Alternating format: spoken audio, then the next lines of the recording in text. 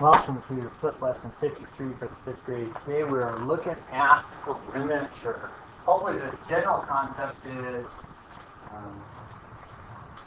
a review idea, but we may be looking at it in a slightly different way than how you thought about it before.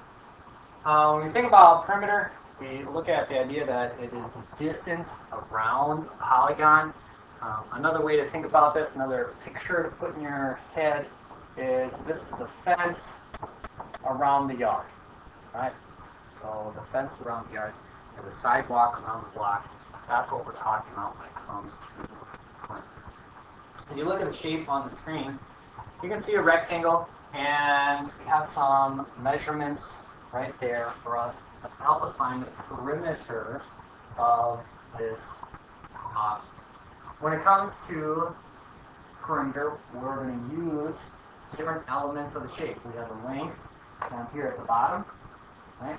This distance, which we see stands equals 10 centimeters, and then we have a width, which stands for 5 centimeters. Now, if we wanted to know the distance around the polygon, what we're going to need to do is we're going to need to add together all the different lengths of the sides. Right? So it's 5 centimeters on one side, it's going to be 5 centimeters on that side, just like it's going to be 10 centimeters down here. And we have this idea. And so to find perimeter, in the past, maybe what you have done is you've gone 10 plus 5 plus 10 plus 5, right? You have a length plus a width plus a length plus a width. And that will certainly get you the answer. However, we want to think about it in a slightly more advanced way.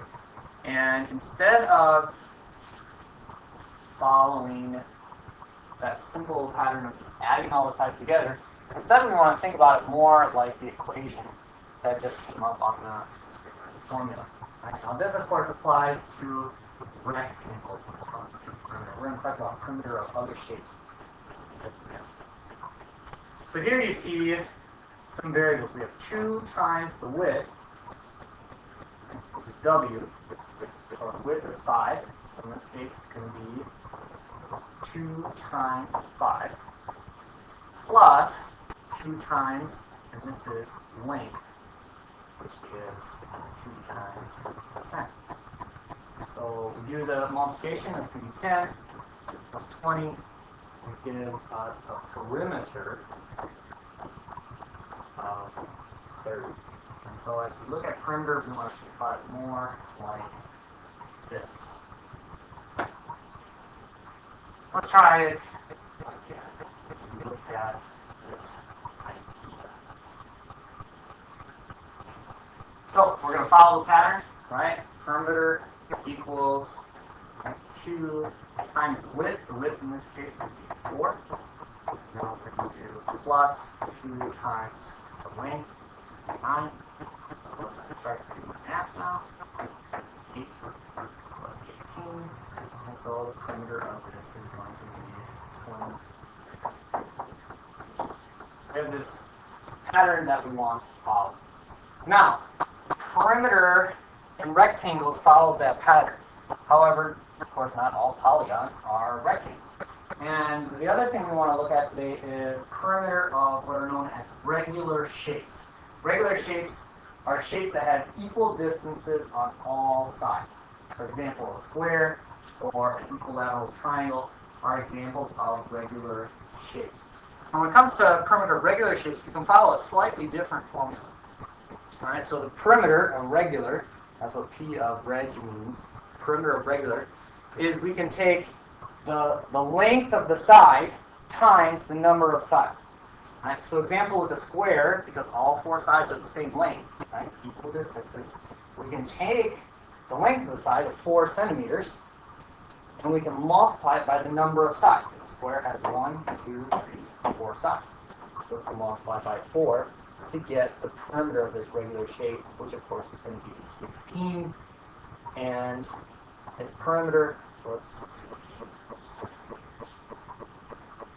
we have that idea.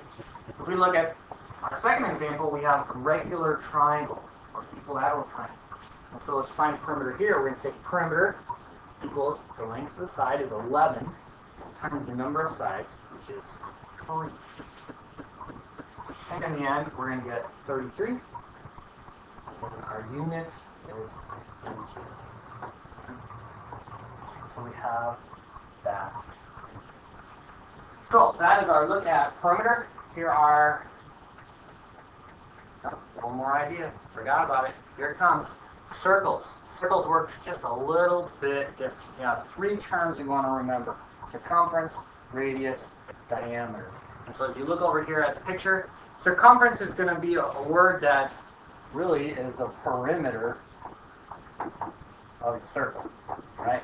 However, perimeter doesn't really apply because circles technically are polygons, right? No corners. So we use the word circumference instead. So as you look at this, what color would represent circumference? Of course, hopefully you're saying green.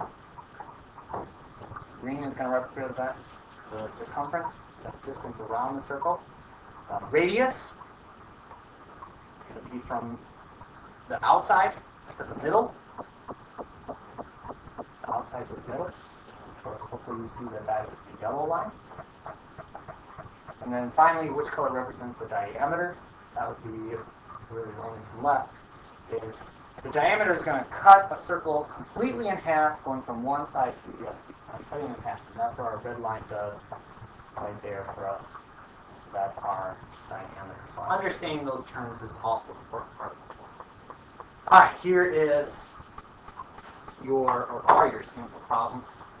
First of all, finding the perimeter of the regular pentagon, and then answering this question about the units that we measure in when it comes to perimeter and circumference. That is lesson 53 on